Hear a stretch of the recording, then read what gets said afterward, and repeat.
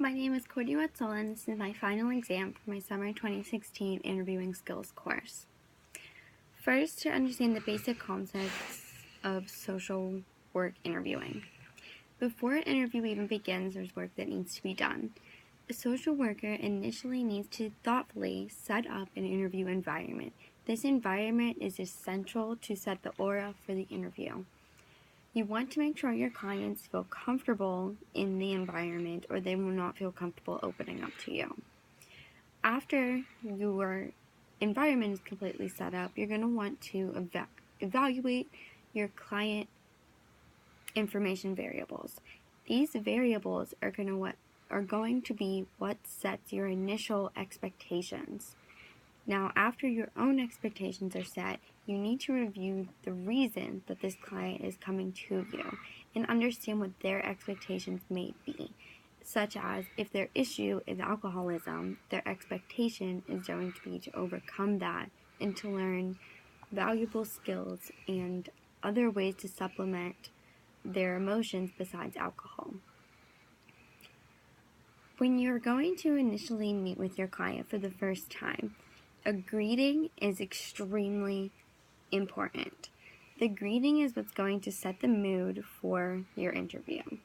If you greet a client rudely, they're not going to feel comfortable. You need to be open, you need to express who you are, what your position is, and what you are there to do.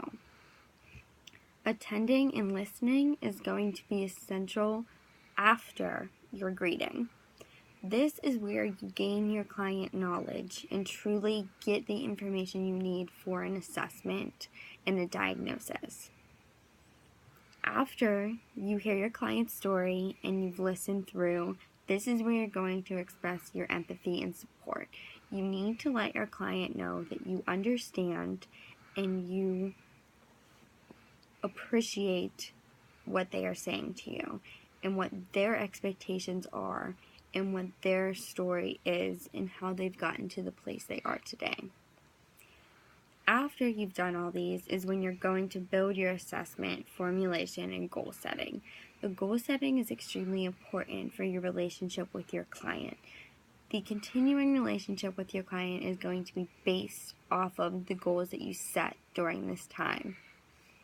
After your goals are set, you're going to want to keep building motivation. You're going to want your client to move forward and eventually reach the goals that have been set previously. Through directly addressing issues and helping your client reach self-disclosure, this is how the goals are going to be met. Once your client goals are met, or there may be a need for other services, it's important to understand how to go about endings and transitions. You want to go through them smoothly, and you want to start letting your client know before your last visit that you're getting towards the end. You do not want to abruptly stop your client relationship, especially after trust has been built. So, what is the helping process? What helping processes are involved in the stages of social work practice? The social work plan change or helping process consists of 4 stages. Stage 1 is engagement and preparation. This is where you are greeting and meeting your client for the first time. You're going to engage them into the goal setting environment, where you are going to start putting these goals forward, letting them know what's going to happen, and agree upon the goals that are being set. If your client is not in agreement with these goals, there is no way that they're going to be met. Stage 2 is your assessment, planning, and contracting. This is where those goals are actually set. During the engagement stage, you engage them in what needs to be happening, and after your assessment, you put completely in front of them what you want to happen or what they want to happen and what eventually is going to be the need that is met. Stage 3 is your intervention implementation. This is where you implement whatever needs to be done to reach your goals. And whether you have a client who is suffering from alcohol or drug abuse. Your implementation may be rehabilitation, AA or NA courses, and other support groups that may be needed to deal with the issue. Finally, your evaluation and termination goes hand in hand with your endings and transitions. This is where your relationship with your client ends, and they either move forward into a new relationship or they move forward into their day-to-day life. Defining the role of a social worker in modern society is complicated.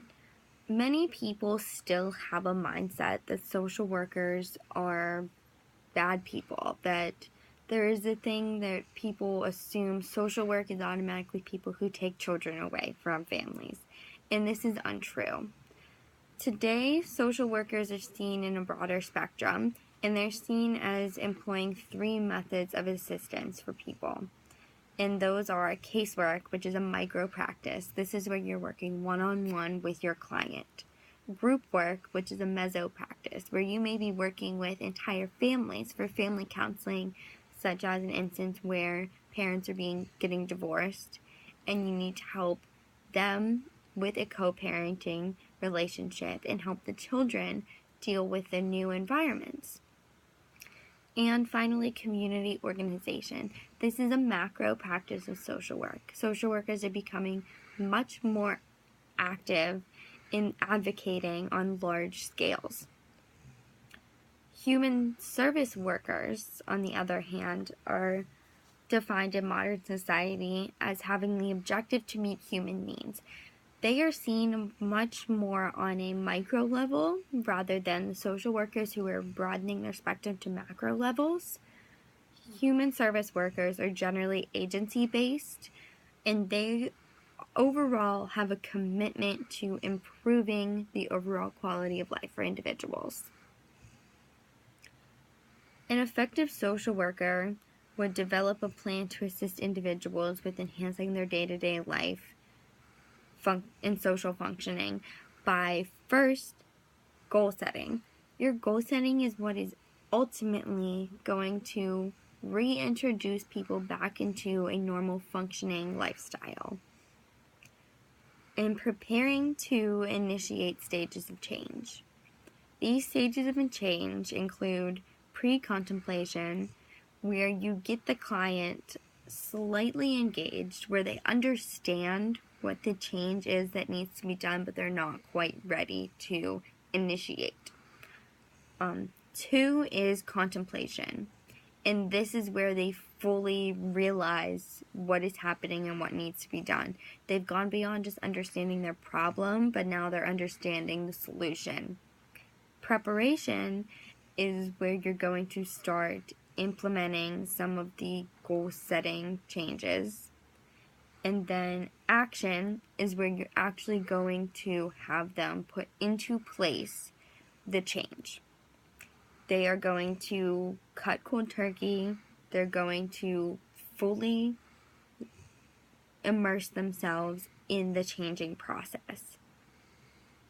And 5 is maintenance. This is where the client is going to need to develop skills in order to keep that change into their lives.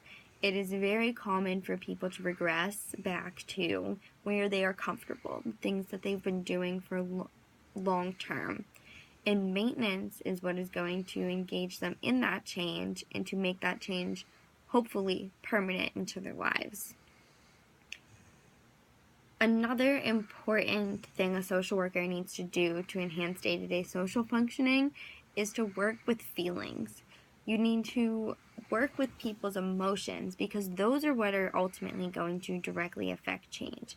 If there is emotional underlying issues with a client, most likely those issues are going to result in a regression and they're going to fall back into their ways that are non-social functioning. Social workers it is very important as a social worker to demonstrate effective listening and communication skills, especially during a clinical interview. There are multiple different ways that social workers can portray their effectiveness in listening communication skills. The first is focused listening. Focused listening includes psychological, which is the social worker themselves. They need to set aside their own lives and their own thoughts, and they need to make their client story the center. They need to start with that and build a base up of unbiased.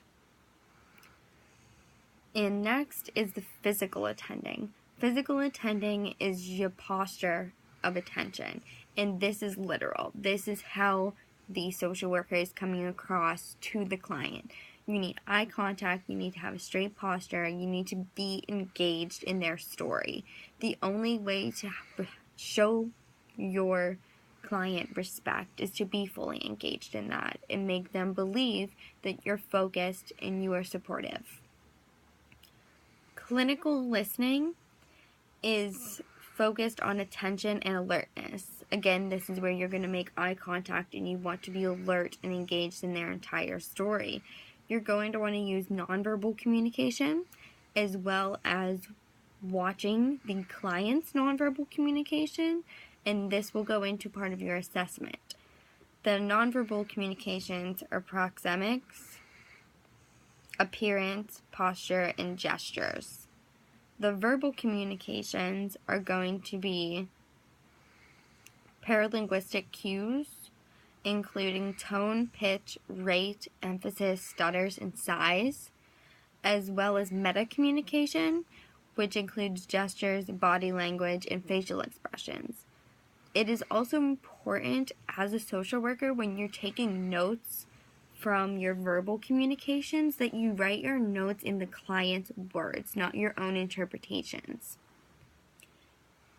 Another way of effective listening and communication skills is using language that is easily understood.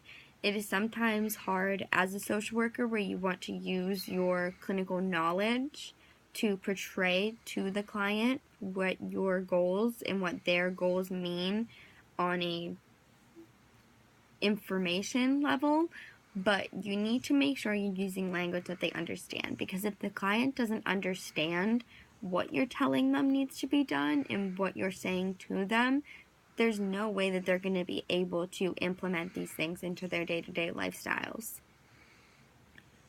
The next essential skill of a social worker besides listening communication is going to be the expression of empathy. And this is extremely important because you want to be a supportive presence to your client. And by being a supportive presence, you're going to want to use a clinical response, which is developed with experience and tends to relax and reassure your client. This is going to open the client up to the process. This is going to initially open the door for their goal setting and for their implementation of their goals. There's an unconditional positive regard that needs to be used in your empathy, and this portrays your acceptance of your client's story, the acceptance of maybe some of the non-positive behaviors that they've been exhibiting. You don't want to be judgmental. You need to be fully accepting. And honestly, you need to be genuine. You cannot have a relationship with a client unless you are genuinely accepting of them. And the way to portray your genuineness is through validation. You need to endorse and appreciate your client's story. And beyond your client's story, you need to identify and affirm their strengths. Using a strength-based perspective of social work is extremely important, especially at the micro level, where you're dealing one-on-one with the client and making positive changes in their lives. Overall, social work interviewing skills are extremely important. The social worker needs to be able to communicate with their clients on all levels, micro, meso, and macro, because this is essential in the social work field today.